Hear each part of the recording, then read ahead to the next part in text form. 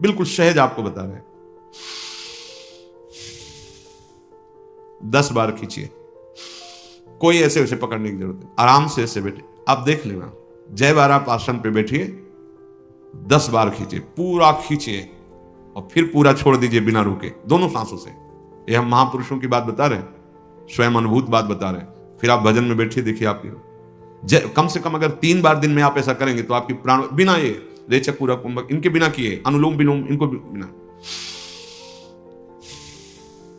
ऐसे पूरा भर करके वायु आराम से छोड़ दिया, आराम से भरा 10 बार। फिर आप देखो भजन में नाम जप करते हुए ऐसा किया, फिर आप देखो एक शांति सी आएगी, एक मन उसमें जिस नाम में लगाना चाहो लगेगा। प्राणवायु का संशोधन अत्यंत आवश्यक है। उपासक को चाहिए, जिसका शरीर रोगी है, वयोवृद्ध है, उनके लिए बात नहीं कह रहे। यदि आप जवान हैं, आपका शरीर स्वस्थ है, तो आसन पर बैठना सीखें, बहुत जरूरी है इंद्रिय संयम के लिए, मनोनिग्रह के लिए और शरीर की जो वायु है उसको पचाने के लिए। अब नौजवान हैं, कोई रोग नहीं है, कुर्सी में बैठे भाई कैसे बनेगा? आपकी वृद्धावस्था है, आपकी टांगें दर्द कर रही, घुटने दर्द कर रहे हैं, कमर दर्द कर रहे हैं, गृहस्थी से आए हो, बैठो। आप बाल ब्रह्मचारी हैं, भगवत मार्ग के पथिक हैं, या आप गृहस्थ से संयम पूर्वक रहकर आए, तो कुर्सी सुखासन पर बैठने की चेष्टा ना करें। एक आसन पर बैठे, एक आसन सुखासन इससे लगा लिया, शांत बैठे, उससे आपके शरीर में जो पीड़ा होगी वो वायु पचेगी। जैसे जैसे वायु पचेगी शरीर हल्का होता चला जाएगा, शरीर राग हल्का होता चला जाए, विस्मरण होने लगेगा शरीर का। शांत, जहां हाथ रख दिए, गंभीरता, शांति, स्थिर भाव तक कम से कम 48 मिनट, 48 मिनट एक स्थिति में बैठे। अरे सर, कई कई घंटे का पद्मासन या सिद्धासन, 30 मिनट के बाद कष्ट शुरू हुआ, हर नस नाड़ी पीड़ा को, मैं शरीर नहीं हूं, ये भ्रम है, ये कष्ट नहीं, ये भ्रम है। थोड़ी देर बाद शून्य, शून्य के बाद शांत, अब बैठे रहो आराम से। पर वो समय क्रॉस करना जो बहुत कष्टप्रद, यही तो है सब इंद्रियों को अधीन कर लेना। शांत, हर नस नाड़ी शुद्ध वायु, जो वायु दोष पैदा करने वाली, वो भस्म हो जाती है उससे। कब आपकी वृत्ति संभलेगी? यही तो समय। अगर आप सत्संग में बैठे हो, लगाया आसन और बैठ गए, या तो वक्ता की तरफ दृष्टि या नासाग्र दृष्टि। ये इस समय जो अपना सत्संग होता है, आंख मूंद के सुनने वाला नहीं है। आंख मूंद के तो फिर नींद आ सकती है, आलस्य आ सकती है। या तो नासाग्र दृष्टि और या तो वक्ता की तरफ एकाग्र दृष्टि। शांत, आपका शरीर स्वस्थ है, आप जवान हैं। आसन बहुत आवश्यक है, बहुत आवश्यक है। आपका शरीर स्वस्थ है, आपका भोजन कम हो जाएगा आसन में बैठने पर, क्योंकि डरोगे। अगर अधिक भोजन पा लिया तो आसन में नहीं बैठ पाओगे, पेट बड़ा हो गया तो आसन में बैठ पाओगे नहीं। उचित आहार, अपने आप सब ठीक होने लगेगा। आसन, हम कहते हैं ना पद्मासन लगाओ ना सिद्धासन लगाओ, तो ऐसी पलथी अलती पलथी, जैसे पलथी मार के बस अब ऐसे रख दिया हाथ, वैसे शांत बैठे, सुन रहे। अब दर्द हो रहा है तो चुपचाप नाम जप करते हुए अपने मन को लगाने की चेष्टा करो। सत्संग में नाम को चुपचाप सहो, सहते सहते अभ्यास हो जाएगा। अभ्यास हो गया तो भजन में डूबने का अवसर आने लगेगा। सिद्धासन, पद्मासन, सुखासन, ये भजन के आसन होते हैं। हमें लगता है कोई बिरले ही पद्मासन लगाता होगा। सिद्धासन का तो हो सकता है भाई प्रवचन में सुना है तो ज्ञान हो, ये बहुत आनंद प्रदान करने वाले हैं। सिद्धासन जैसे ना, अब तो किडनी खराब है, शांत, थोड़ी देर के बाद एक नशा सा दिमाग में चढ़ा और आधा पौन घंटा व्यतीत होने के बाद शून्याकार स्थिति, कभी पंखा नहीं चला, जो आसनों पे नहीं, शांत, पसीना से लथपथ, ठंडा शरीर, थोड़ी देर शांत। अब 2 घंटे 2.5 घंटे एक आसन पे, फिर लघु शंकादि से फिर लगाया दूसरा आसन, मतलब सिद्धासन में 2.5 घंटे, पद्मासन में शांत, साय मच जाता। उसके बाद घंटों मंत्र चलाना नहीं पड़ता, चल रहा है अपने आप, एक अद्भुत स्थिति आती है। ये भागवती में आप दिन भर इधर उधर टहल रहे, टांगे बेग इधर, भजन में मन लगेगा।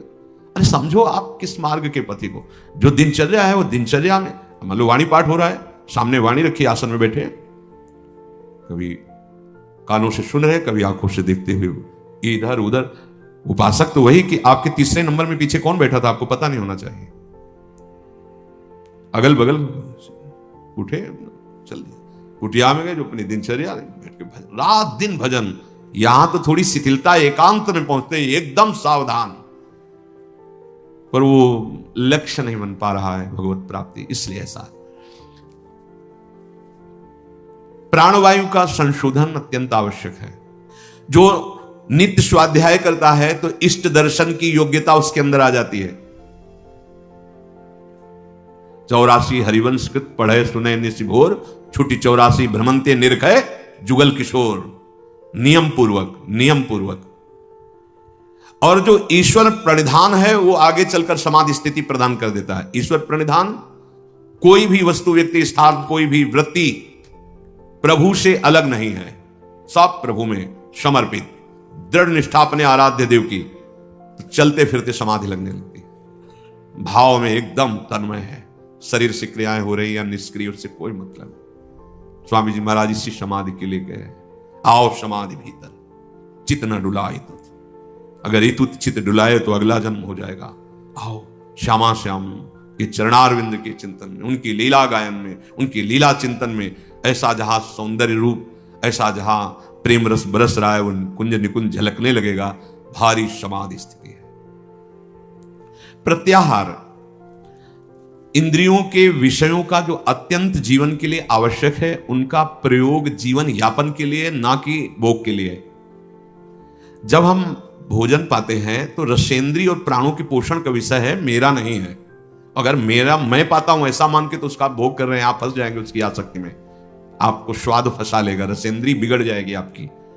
प्रत्याहार कहते हैं अपने अपने विषयों के साथ संबंध ना रहने पर इंद्रियों का चित्त के अनुसार हो जाना, अर्थात हमारे चित्त में जो भगवत चिंतन चल रहा है वो चल रहा है, और हमसे आहार विहार की जो क्रियाएं हैं वो हो रही, उनके सुख स्वाद की तरफ हमारा आकर्षण नहीं, ये प्रत्याहार है।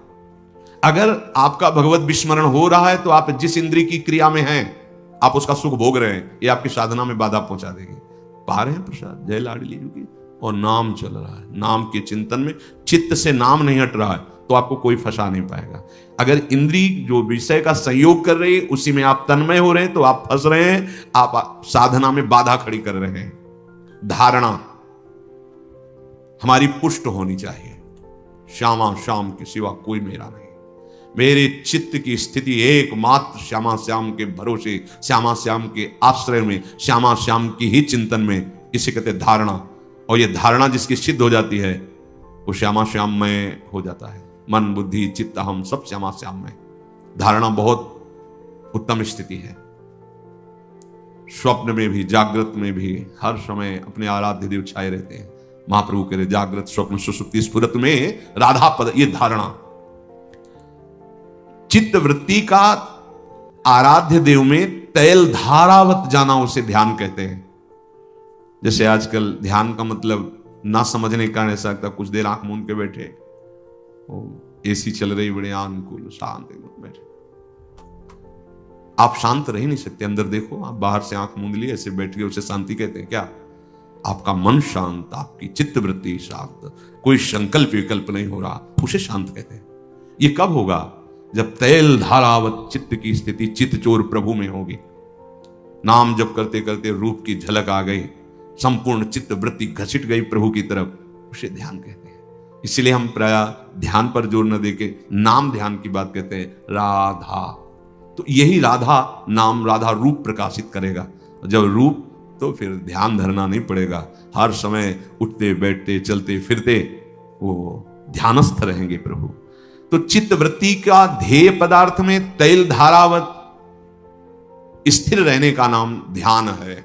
कुछ देर बैठ के आंख मूंदा हो, लेकिन ध्यान किसे कहते हैं? तैल धारावत अखंड वृत्ति अपने आराध्य देव में लगी हुई, ये ध्ययान चलते फिरते उठते बैठते खाते पीते हर समय। समाधि, जब ध्यान परिपुष्ट हो जाता है तो ध्याता ध्यान और ध्येय की त्रिपुटी मिट जाती है। मैं ध्यान रूपी क्रिया, ध्येय प्रभु, उनमें कर रहा हूं, अभी ध्यान नहीं हो रहा। मैं ध्याता, जो ध्यान क्रिया ध्येय में कर रहा हूं, अभी ध्यान नहीं लगा। जब ध्यान लगेगा तो ध्याता और ध्यान दोनों लय हो गए, केवल ध्येय रह गया। ध्येय केवल प्रभु, मैं प्रभु का ध्यान कर रहा हूं ऐसा नहीं, केवल प्रभु ही प्रभु। उसी स्थिति को समाधि कहते हैं, उसे समाधि कहते हैं। जब मैं ध्यान कर रहा हूं, ध्याता ध्यान रूपी क्रिया ध्येय के प्रति, तब तक जब मैं और ध्यान क्रिया दोनों का लय हो गया, केवल ध्याता है, उसे समाधि कहते हैं। ये दो प्रकार की होती, सबीज और निर्बीज। सबीज में त्रिपुटी के न रहने पर सूक्ष्म संस्कार रहते हैं, हमें ध्यान हो रहा है सूक्ष्मता से। निर्बीज में बिल्कुल नहीं, केवल वही ब्रह्माकार वृत्ति या भगवदाकार वृत्ति या श्यामा श्याम में। जीवन का परम लाभ इसी जन्म में प्रिया प्रीतम के सानिध्य को प्राप्त करना। शरीर रहते तो आपका ये जो सत्संग में श्रवण मनन है, इसे निष्ठापूर्वक अपने हृदय में उतारें और नाम न छूटने पावे। नाम ही सब स्थितियां ला देगा, प्रमाद की कोई गुंजाइश न रहने पावे। हम लोग बहुत प्रमादी हैं, बड़ी छूट दे देते हैं मन बुद्धि को, इसलिए बड़ा अंतराय होता है। फिर ऐसा लगता है इस मार्ग में सुख ही नहीं है, फिर भाग पड़ते हैं संसार की तरफ। बहुत धोखा हो गया, बहुत बड़ी हम पराजय को प्राप्त हो गए। यदि प्रभु का मार्ग छूट गया तो पता नहीं किस जन्म में किस कल्प में मिलेगा। इसलिए सावधान होकर निरंतर एक एक क्षण प्रभु के चिंतन मनन में लगाएं। अपने इस परमानंद में, परमार्थ मार्ग में थोड़ी भी बाधा बर्दाश्त मत करो।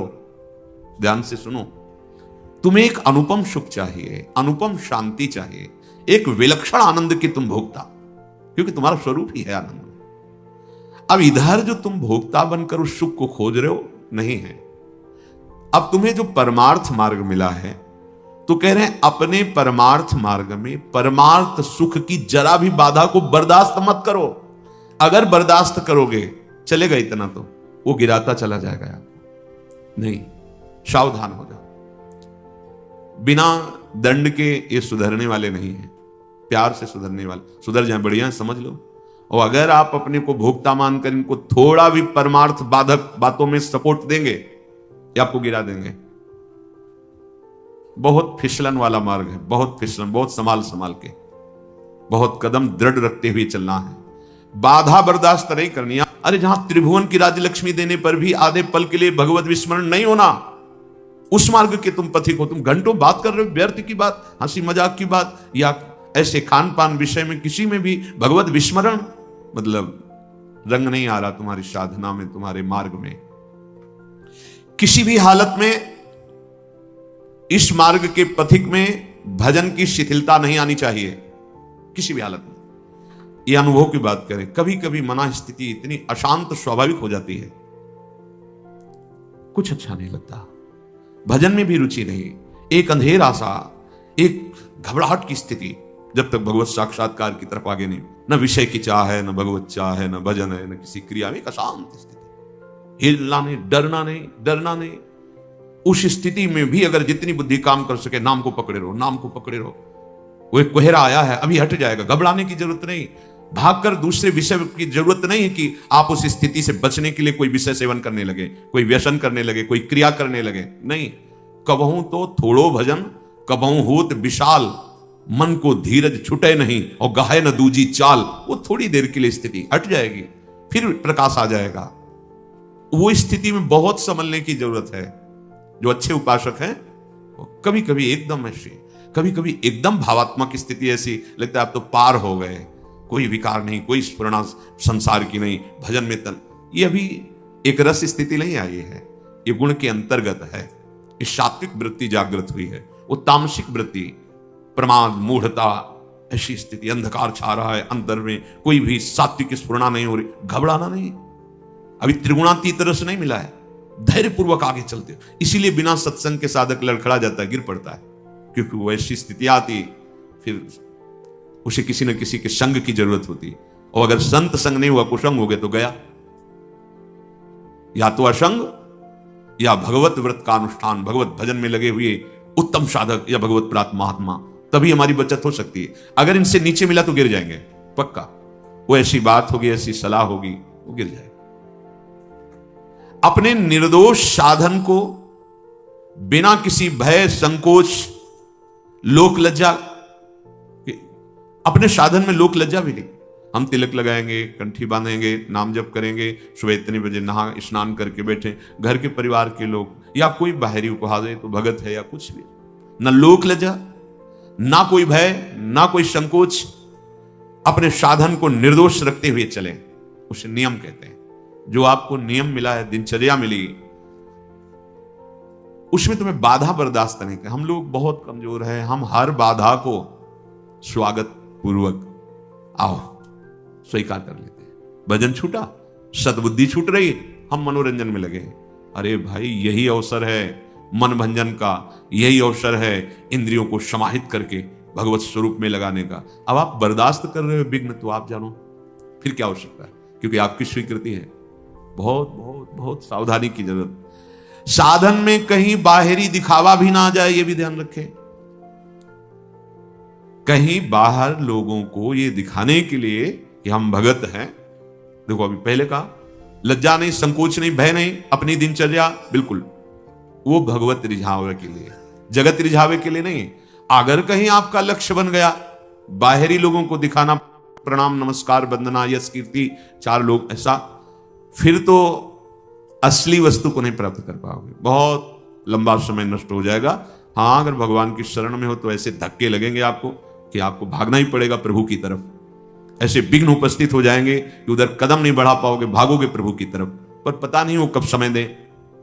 होश में अपने साधन का दिखावा अंदर पता चलता है, आप ही अंदर से जांच कर लीजिए। दूसरे को दिखावा, और प्रायः अहंकार देवता ये बहुत पसंद करते हैं। जो अहंकार है वो ये बहुत उसकी पसंद चीज है। दंभ पाखंड दिखावा ये उसकी पसंद की चीज है, इसी से वो पुष्ट होता है, बलवान होता है, उपेदित करेगा।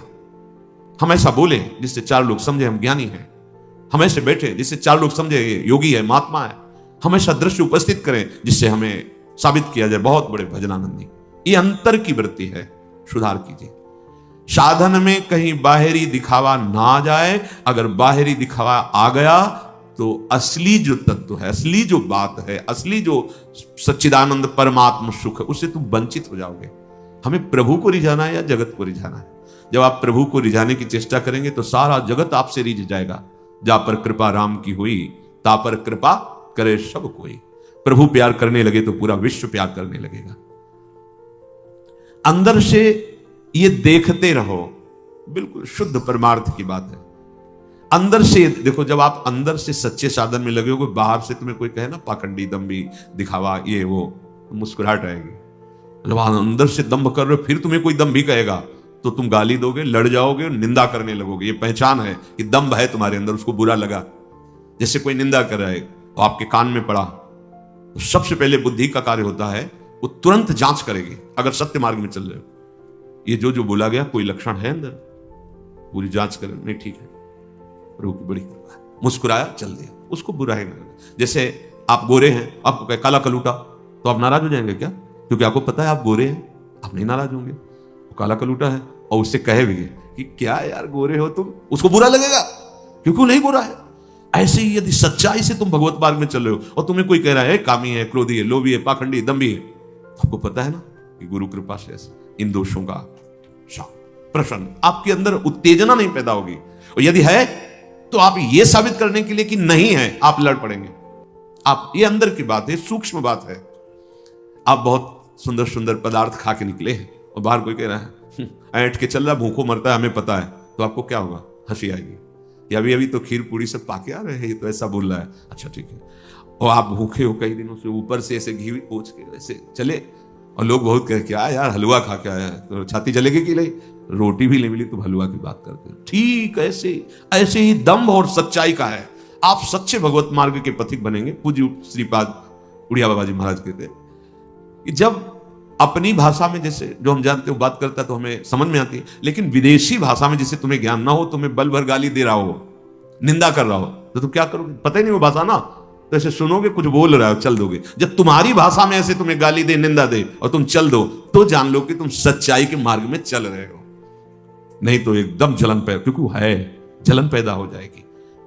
साधन में कहीं बाहरी दिखावा ना हो। साधन में बाहरी दिखावा वही सच्चाई का साधन है और वही बाहरी दिखावे का साधन है।